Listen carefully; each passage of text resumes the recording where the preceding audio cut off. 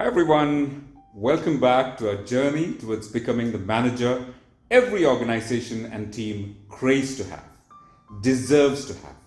Today, I want to talk about the dangers of being overly tactical and the super importance of becoming a strategist. I've often heard senior management remark, he's good but quite tactical. We need someone more strategic for this role. Now, it's unfortunate when a manager gets too caught up doing the job well in the day to day grind and forgetting to work on making the job more impactful, larger, and more futuristic. Let's not fall into that trap, my friends, and lose a lot of opportunities.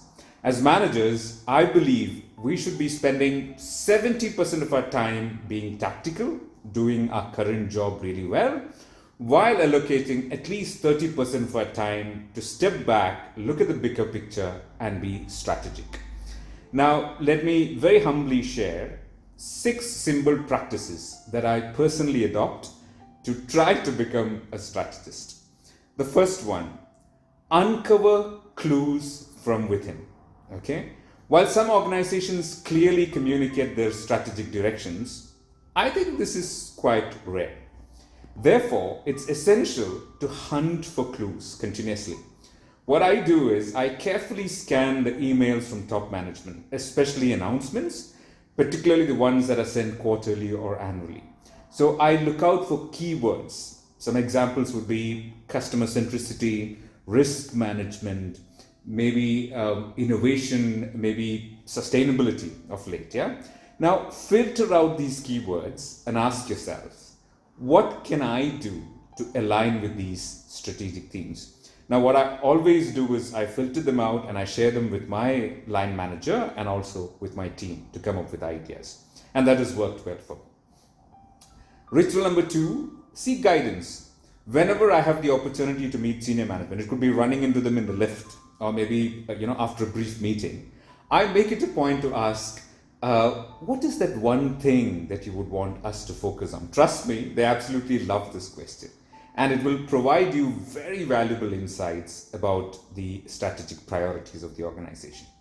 Point number 3, it's quite simple, but quite useful. Listen to the voice of the customer. Make it a habit to ask both internal and external customers, particularly internal customers, about their pain points. And you could very graciously ask them, what can we do to exceed your expectations? Now, apart from being very charming, you also get valuable suggestions. Okay, and such suggestions can also come from your own team if you ask them. Now, these are people who are doing the job themselves and who are in direct contact with the customers. Ritual number 4, this is something that we all must do, benchmark and adopt best practices. Now, there are a lot of ways to do that, though it sounds, something bewildering, right? Benchmarking and adopting best practices. Connect with peers from best-in-class organizations using LinkedIn, of course, yeah? Engage with them and learn about their unique approaches. I'm also part of a couple of benchmarking WhatsApp groups with like-minded professionals, and it really helps. Additionally, read white papers. There are a lot of them floating around. And what I also do is I go to Google and I search, and now of course probably to Bard, and search for latest trends in, or 2023 trends in. Could be training and development, could be procurement, could be customer happiness, could be related to your function. And you'll be amazed at the valuable information that you discover. The 4th one is a secret. Okay, it has worked really well for me, and I strongly advocate that you do it, which is staying connected with vendors. Maintain regular contacts with vendors, particularly those providing technology solutions in your industry, in your domain. Okay, take the time to watch few demos every month. Don't consider that as a waste of time. So when they call you and they push you, accept it.